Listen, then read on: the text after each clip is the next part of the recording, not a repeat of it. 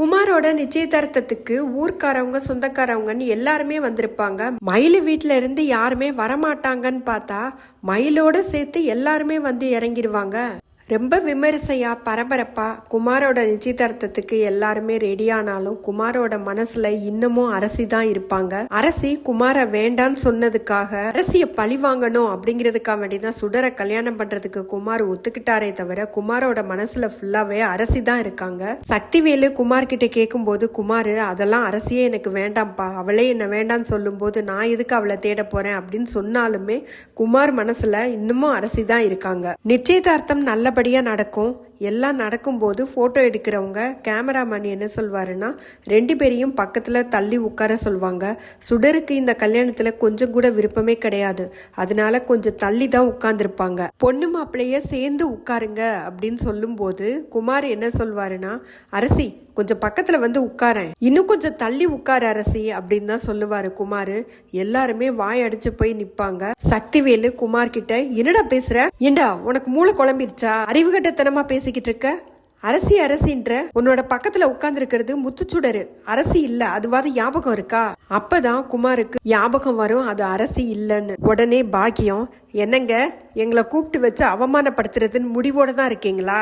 நான் தான் முதலையே உங்ககிட்ட கேட்டேன்ல, இப்படி எல்லாம் அசிங்கப்படணும், ஊர்க்காரவங்க முன்னாடி அசிங்கப்படணும்னு எங்களுக்கு என்ன தலையெழுத்தாங்க? சுடரு வா சுடரு போகலான்னு சொல்லி கூப்பிடும் போது சுடரும் ரொம்ப தான் சந்தோஷப்படுவாங்க. ஆனா குமார் வீட்டுல எல்லாருமே இல்லங்க தெரியாம சொல்லிட்டான், இனிமே அப்படி அவன் சொல்லாம நான் பாத்துக்கிறேன் அப்படின்னு சக்திவேலும் யாரும் போகாதீங்க, இந்த கல்யாணம் நல்லபடியா நடக்கட்டும், சுடரு தான் இந்த வீட்டோட மருமக, இந்த ஒரு தடவை குமார மன்னிச்சு விட்டுருங்க அப்படின்னு சொல்லிட்டு கேட்பாரு.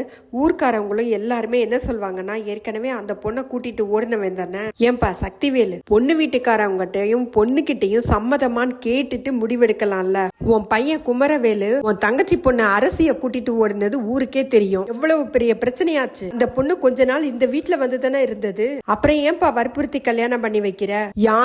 யாரும் வற்புறுத்தவே இல்லங்க, குமாருக்கும் முத்துச்சூடருக்கும் இந்த கல்யாணத்துல பரிபூர்ண சம்மதம் தான். குமாரு சொல்லுடா, உனக்கு கல்யாணத்துல சம்மதம் தானே?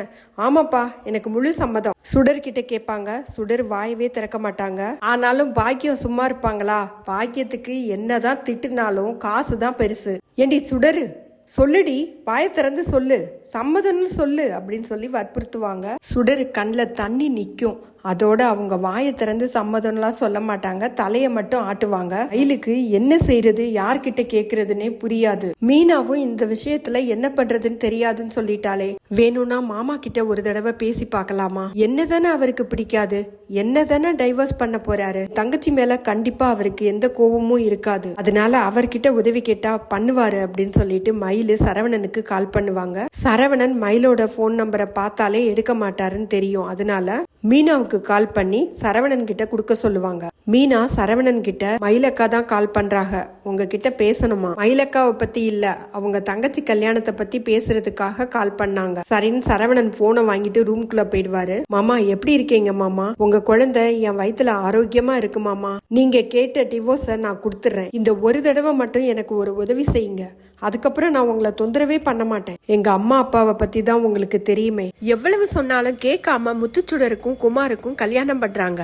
இப்ப நிச்சயமும் நடந்து முடிஞ்சிருச்சு, அதுதான் பார்த்தேனே, நீயும் கூட தானே வந்த, எல்லாம் தெரிஞ்சும் கூட பிறந்த தங்கச்சியவே இப்படி படுகுழியில தள்ளி விடுறியே, இன்னும் உன் புத்தி மாறவே இல்ல. மாமா கொஞ்சம் பொறுமையா நான் சொல்றதை கேளுங்க, நான் எங்க அம்மா அப்பா கிட்ட எவ்வளவோ சண்டை போட்டேன், ஆனா என்ன காரணத்தினாலன்னு தெரியல சுடரும் இந்த கல்யாணத்துக்கு ஒத்துக்கிட்டா. அவ முதல்ல இந்த கல்யாணமே வேண்டான்னு தான் சொன்னான், ஆனா எப்படி அவளை சம்மதிக்க வச்சாங்கன்னு எனக்கு தெரியல. என்ன ஆனாலும் சரி இந்த கல்யாணம் நடக்க கூடாது மாமா, நான் உங்களுக்கு செஞ்ச துரோகத்துக்கு எனக்கு என்ன தண்டனை வேணாலும் கொடுங்க, ஆனா என் தங்கச்சிய பழி வாங்கிடாதீங்க, நீங்க நினைச்சா இந்த கல்யாணத்தை நிறுத்த முடியும், நான் நினைச்சா நிறுத்த முடியும், என்ன வந்து சண்டை போட சொல்றியா அந்த ஆள்கிட்ட, ஏற்கனவே அந்த குடும்பத்துக்கும் எங்களுக்கும் ஆகவே ஆகாது, எல்லாம் தெரிஞ்சிருந்தும் என்னையவே கல்யாணத்தை நிறுத்த சொல்றியா, என்னால இதுல மட்டும் எதுவுமே பண்ண முடியாது, அதுலயும் உனக்காகவோ உன் குடும்பத்துக்காகவோ நான் எதுவும் செய்ய தயாரா இல்ல. அம்மா இந்த ஒரு தடவை மாமா, வேற யார்கிட்ட கேக்குறதுன்னு எனக்கு தெரியல, உங்களை விட்டா நான் யார்கிட்ட மாமா கேட்பேன், இந்த விஷயத்துல நான் பொய் சொல்லவே இல்ல, என்ன நம்புங்க மாமா, இப்படியாவது ஏதாவது பண்ணி என் தங்கச்சி வாழ்க்கையை காப்பாத்துங்க அப்படின்னு மயில் பேசிக்கிட்டு இருக்கும் போதே சரவணன் போனை கட் பண்ணிட்டு வெளியில போய்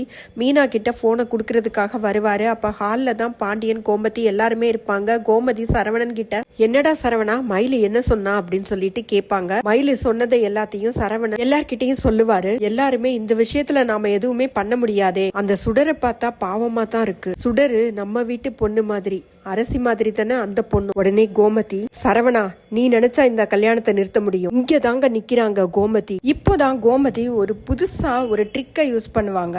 அம்மா என்னம்மா சொல்றீங்க, நான் என்ன செய்ய முடியும், நான் என்ன சொல்ல வர்றேன்னு கொஞ்சம் கோவப்படாம பொறுமையா கேளு சரவணா. உன்னை மயிலு கூட சேர்ந்து வாழுன்னு யாருமே சொல்ல போறதில்ல. ஆனா அவ வயித்துல வளர்ற குழந்தைக்கு நீ தானே அப்பா. அந்த குழந்தை இந்த வீட்டோட வாரிசு. அந்த குழந்தை நம்ம வீட்டுல தாண்டா வளரணும். என்னதான் நீ அந்த குழந்தைய பிடுங்கிட்டே வந்தாலுமே அந்த குழந்தை அம்மாவை பிரிஞ்சு இருக்குமா? அம்மா இல்லாம ஒரு குழந்தைய வளர்க்கறது அவ்வளவு ஈஸி கிடையாது சரவணா. எத்தனை பேர் இருந்தாலும் அம்மாவுக்கு ஈடாகாது சரவணா. மயிலு திரும்பவும் இந்த வீட்டுக்கே வரட்டும். எனக்கு மனைவியா இல்ல, இந்த வீட்டோட மருமகளா இந்த வீட்டுக்கே வரட்டும். சரிமா, அதுக்கும் இந்த கல்யாணத்துக்கும் என்ன சம்பந்தம்? இங்கதாண்டா இருக்கு. இப்பவே மயிலோட அம்மா அப்பா கிட்ட போய் பேசு. சுடரோட கல்யாணத்தை நீங்க நிறுத்தினா மயில நான் எங்க வீட்டுக்கு கூட்டிட்டு போறதுக்கு சம்மதம் சொல்லு. மயிலும் இந்த வீட்டுக்கு வந்த மாதிரி இருக்கும், சுடரோட கல்யாணமும் நின்னு போயிடும். மயிலோட அம்மா அப்பாவும் மயிலை ஏத்துக்கணும் தானே எதிர்பார்க்கறாங்க. ஏற்கனவே சுடருக்கு இந்த கல்யாணத்துல விருப்பம் இல்ல. சுடரு கண்டிப்பா அக்காவோட வாழ்க்கை நல்லா இருக்கணும்னு தான் நினைப்பாங்க. ஆக்கியத்துக்கு மயிலு சேர்ந்து வாழணும்னு ஆசை இருக்கோ இல்லையோ, சுடருக்கு அவங்க அக்கா மாமாவோட சேர்ந்து வாழணும் அப்படிங்கறது தான் விருப்பம். அதனால சுடரே இந்த கல்யாணத்தை நிறுத்திடுவாங்க. மயிலும் சரவணனும் ஒன்னா சேர்ந்துருவாங்க. நீ வரும் எபிசோட்ஸ்ல இந்த மாதிரி தான் கதை இருக்கும். உங்களோட கருத்து என்னன்னு மறக்காம கமெண்ட்ல சொல்லுங்க.